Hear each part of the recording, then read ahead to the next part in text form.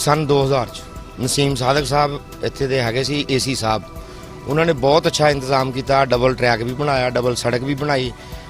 अड्डे 'च बहुत ज़्यादा गंद हुंदा सीगा, ओहदा भी बेहतरीन उन्होंने निज़ाम बना के लारी अड्डा बेहतरीन बनाता अपने दूसरे शहरां वर्गा जबरदस्त।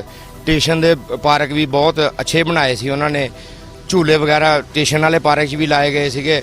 लेकिन हुण उस तो बाद पैसे पूहे खा खू जाते आ, कम हो जाता जी, ये सारा बन गया। कोई ऐसी गलबात नहीं जे 2000 रुपया ला के 40,000 का बिल बना देंगे आ, 2 लाख ला के 20 लाख रुपये का इन्होंने कई बार बिल पास कराया। अंडरपास के अगले दिहाड़े बनाया जी, पता नहीं 20 लाख रुपये का बिल पास करा लिया सिर्फ सफेदियाँ सफूदियाँ करा के।